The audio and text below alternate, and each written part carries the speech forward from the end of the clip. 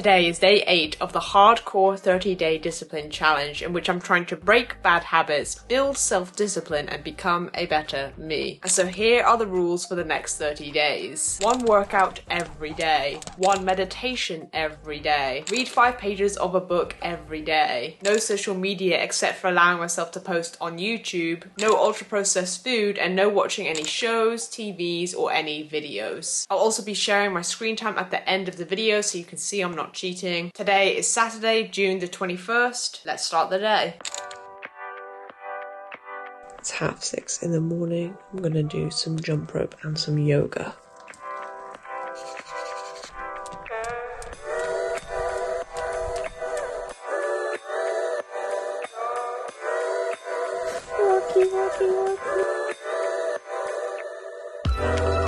So this morning, breakfast is a yogurt bowl with some oats, banana and honey. It's currently 11:15 this morning. I did 30 minutes of jump rope, then I did 20 minutes of yoga, and then I took the dogs for a walk. And then when I came home, I had a bit of a headache, so I laid down on my bed, just doing nothing for like half an hour, and then I decided to put a podcast on. And this podcast was all about how doing hard things improves your life. And this guy who's speaking on the podcast has written a book called The Comfort Crisis, which I have literally just read. And so in this book, he's sharing his experience of going to the Arctic for 1 month and what it's like living there. I mean, he literally had to go down to the lake to get what he was hunting for food. He was hungry all the time. It was a really difficult experience.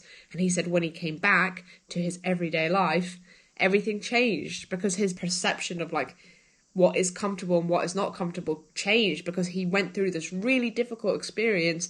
And so then when he came back to his everyday life, he was able to appreciate things so much more. And I can relate so much to what he's saying. So for example, I'll give you a personal example of something I thought about when he was talking. When I was a teenager, I went through really hard times, depression, anxiety, and I ended up in a psychiatric hospital. And I lived there for 4 years of my life.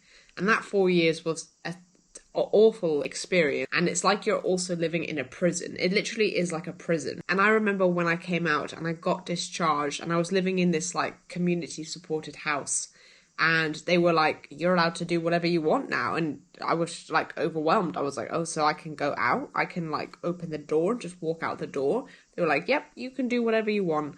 And so I remember this one specific day, which was really early on, and when I'd been discharged, I walked to Costa. Costa is a coffee place, and I walked to Costa and I got this fruit cooler. It was I remember it so clearly. It was this orange and mango fruit cooler or something. And then it was such a sunny day outside, and I sat on the grass, and I was by myself. I sat on the grass in the sun, and I remember just feeling this was such a surreal experience to me, because I'd just been locked inside for years of my life. I'd not been allowed out by myself for so long. And in this moment, I had this cooler in my hand. I was sat on the grass. I was in the sun, and I was just wow. I was I'm so grateful. I'm so happy for this experience right now. It's such a simple experience. Literally just have a drink and I'm sat outside. Yet to me, that meant the world, because I had such an awful experience.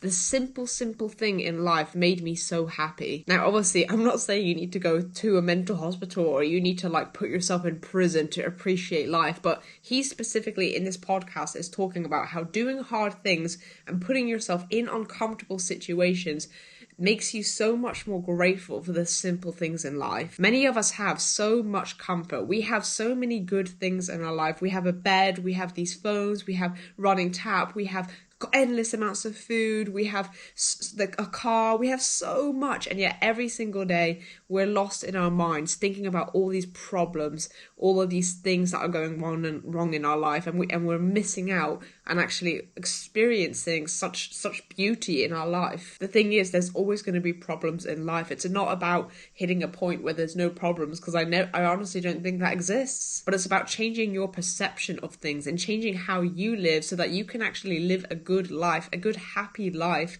that actually appreciates what's happening right now instead of living your whole life in your head. That podcast really just inspired me and made me realize why I do hard things and why I'm doing this challenge. And if you want to go listen to it, it's on the Andrew Huberman podcast, and the guy is called Michael Foster. It's the latest podcast, and I'm only halfway through, but it's really, really inspired me today. I'm going to now edit the vlog for yesterday, and then I'll get some lunch.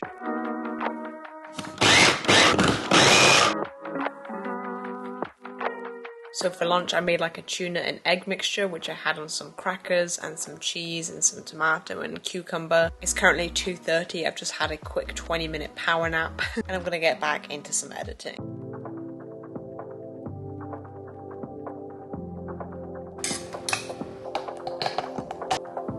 You can't have any of my food.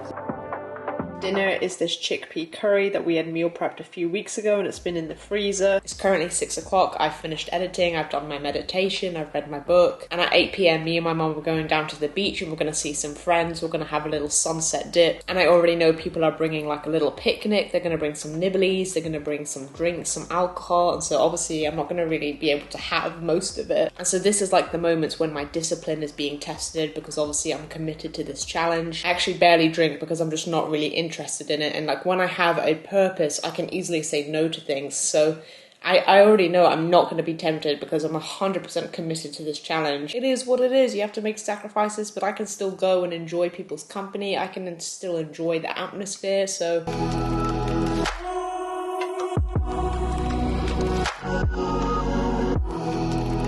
I've just got home and I'm doing a quick rundown of the day. It's 20 to 12 at night. It's way past my bedtime. Let's do a quick screen time check, see what's happening. Today, 1 hour, 40 minutes, okay? So the top was CapCut, which is the editing software I use on my phone, and then YouTube for 8 minutes because I was posting a short and finding a sound. That makes no sense then. How is that 1 hour, 40 minutes when it's like 23 minutes. Anyway, I'm gonna go straight to bed. I was really, really good. Everyone was having ice cream. They were having Aperol spritz. They were having all these nice things, and I was just sat there eating some tomatoes and cucumber. But it is what it is. I am dedicated. I am committed, and I'll see you tomorrow.